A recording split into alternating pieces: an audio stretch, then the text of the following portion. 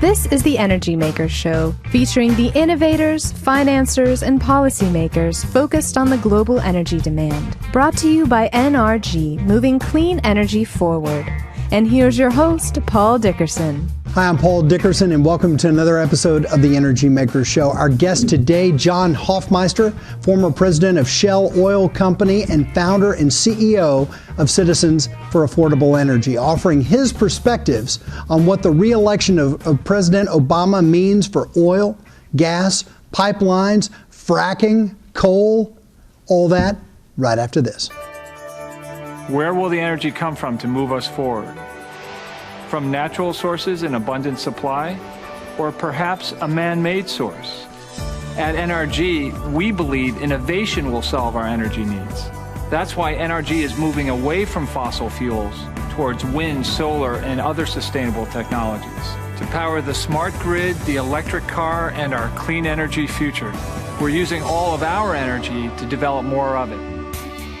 This is the Energy Makers Show, brought to you by NRG, moving clean energy forward. And now, back to the Energy Makers Show with your host, Paul Dickerson. Welcome back to the Energy Makers Show. Our guest again, John Hofmeister, President and CEO of Citizens for Affordable Energy and former president of Shell Oil. John, great to have you back. Thank you. Nice to be here. Well, last time we talked, we had not yet re-elected or elected President Obama or Romney. Now we've made our choice as a nation. Tell me, when it comes to energy policy, what are some things that we may expect under the second 4 years of President Obama? Well, I hope that the president in his second term would actually do what he said he would do during the campaign. Because if we go back to the Obama of the first term, we go backwards again in federal leadership of energy policy for the nation. We know that for the first 3 years, the president was on an anti-hydrocarbon agenda. It was only January 2012, the first month of the election year, in which he started talking about an all-in, all-the-above energy strategy. That's right. But even though he was talking that strategy, his officials in the Interior Department, in the EPA, and the Energy Department were really working on the first 3-year anti-hydrocarbon activities, for the most part. In other words, the 5-year plan for offshore developments, which was announced last year, right, or earlier this year, was really it's an anemic plan. Doesn't open up any new areas. What does that say for all in, all the above? Right. The drilling on federal land continues to decrease in the number of permits relative to the past, and we have all these open questions like Keystone XL pipeline, like what will happen with natural gas in Alaska. And what we see is reductions all over the place on federal land, where the North Slope has been reduced for development, much to the chagrin of the Alaska delegation. Western Colorado has been reduced in terms of, zero opportunity for commercial development of oil shale in Western Colorado. So if this is the Obama we're going to see over the next 4 years, then we're going to have to leave it to the ingenuity of the industry how to work around this person until he finally leaves office, and perhaps the next president will be a real energy leader. This president is not an energy leader, full stop, in my opinion. Help our audience understand some of the behind the scenes of a re-election. Do you expect to see a change in leadership at the Department of Energy, at the EPA, at Interior? A lot depends upon what do the individuals want to do. Admittedly, these are grinding jobs. They are hard jobs that don't pay a lot of money to people that could make more money. But Secretary Salazar has given every indication publicly that he'd like to serve a whole nother term. We haven't heard anything from Secretary Chu. Right. We don't have a commerce secretary. It seems like this fundamentally anti-business president has had trouble holding or retaining a commerce secretary during his administration in the first term. He talked briefly about creating a secretary of business before the election. I'm not sure he remembers that he has a secretary of commerce because the job's been vacant now since the ambassador went to China, who was the former secretary. And he did come out with an export agenda, right? He did, and we'll see if he's good for that when it comes to exporting LNG, which is on the table now. So I'm a Democrat, and I'm sad to say that Obama won. I did actually vote for Romney in this election because I gave up on Obama's energy leadership. Even when it came to renewables, I'm a big fan of renewables. I found his leadership spotty and very pro-states where he was going to, be reelected. Right. And the rest of the nation kind of, where's the leadership, for example, now from the president on the issue of wind and the regenerating of the wind credits? Well, how much of that do you think resides with the executive branch and how much with the legislative branch? Well, how do you divide that? When I think of Washington, proactive leadership comes from the executive branch. Passive reactive leadership comes from the congressional or legislative branch. Right. Always been that way, always will be that way. That's the difference between an executive and a legislature. Yes. So we have reactors in the Congress. We should have proactors in the White House. But when it comes to energy, there's very little proactivity taking place. And what I haven't mentioned yet is the electoral consequences for the nation of the EPA continuing on its anti-hydrocarbon journey. So what happens to coal in a second term of Obama? What happens to hydraulic fracturing in a second term of Obama? The EPA has been on a 3-year study. It's due out sometime in 2013. Well, you've given me a great teaser for having you back in just a moment. We'll be back with more with John Hofmeister right after this. As a national CPA and advisory firm, BKD serves clients at each stage of the energy cycle, so we have the expertise to address your needs. And as the largest North American member of the Praxis Global Alliance, we can help you find the right solutions wherever you operate. Contact a BKD advisor or visit us online to learn more. This is the Energy Makers Show, brought to you by NRG, moving clean energy forward. And now back to the Energy Makers Show with your host, Paul Dickerson. Welcome back to the Energy Makers Show. We're continuing on with John Hofmeister. Now, John, tell us what the EPA is going to do. Well, I'm very worried, and my confidence is low, that the EPA will leave fracking alone.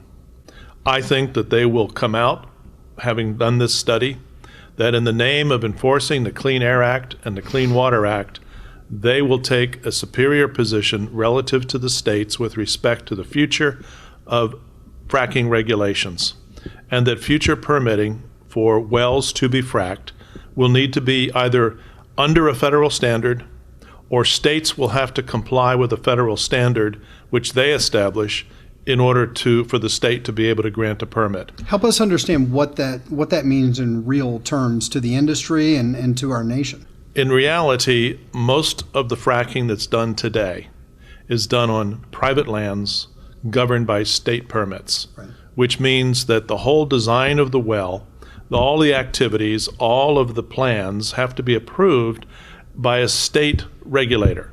And they're all submitted, they're all reviewed, and they're all permitted or not based upon meeting state regulations. Geological differences are handled at state level. Right. And every well is under a certain geological situation that has to be reviewed by people that know the geology. That has existed at the state level. But the EPA has nationwide responsibility for the Clean Air and the Clean Water Act, and we know that there is an anti-hydrocarbon bias that permeates the Environmental Protection Agency. They've gone after fracking in Wyoming. They've gone after fracking in Pennsylvania, as if the state of Wyoming or the state of Pennsylvania don't know what they're doing. And so what I believe will happen is that because of the study, or through the study, they will determine that there are variations in state regulations. And there are, because there's variations in geology in the earth. Sure. And so each state modifies its regulations based upon the geology it governs. Sure. That may not be good enough for the EPA because they want one size fits all, even though the geologies differ.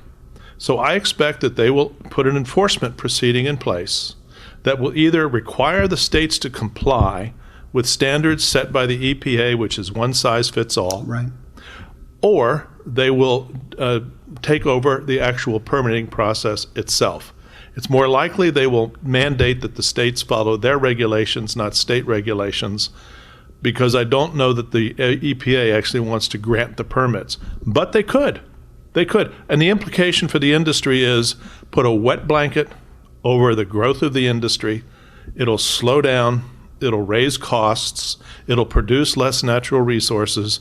Natural gas will cost more to consumers, and we will simply not see the energy transformation growth that we would otherwise see. And this is all at a time when we're finally beginning to feel more independent as we produce more oil at home, more gas at home. The nation has gone from 5 million barrels of oil a day production from, 2008 to about 6.8 million barrels a day oil production on private lands with state permits. No thanks to the federal government. All thanks to state governments like North Dakota, Pennsylvania, Texas, Louisiana, Oklahoma, and others. That rate of growth could continue. We could get as high as 8 million barrels a day by the next 4 or 5 years if we stay on the path that we are on. Getting pretty close to that 10 million that I've heard you call for. Well, we used to produce 10 million in the 1970s and 80s, and I think it should be our target in the nation. But 8 million is still less than half of our daily consumption. Yeah. So if we want to get off imports or reduce imports, we need not only more domestic oil, we also need domestic natural gas to be turned into transportation fuels, either through liquefied natural gas, compressed natural gas, or you can make methanol from natural gas, and you can actually make gasoline from natural gas. And so we could dramatically increase foreign imports in this country, which have been bankrupting this nation's balance of payments for decades. We could get off of foreign oil if we really wanted to with the proper energy leadership by enabling the industry rather than disabling the industry. So what can our viewers do in the face of this pivotal moment for our nation, whether we either continue to grow or whether we accept that cold, wet blanket? What can ordinary citizens do to try and have their voice heard? Well, the first and foremost is to be informed. The best information is out. There's good information out there, and they should go for the best information that they can find so that they can actually talk intelligently and thoroughly about the subject. Right. Number two, they need to become advocates in their own right, advocates in their own interest, advocates for the U.S. economy and this nation's energy independence.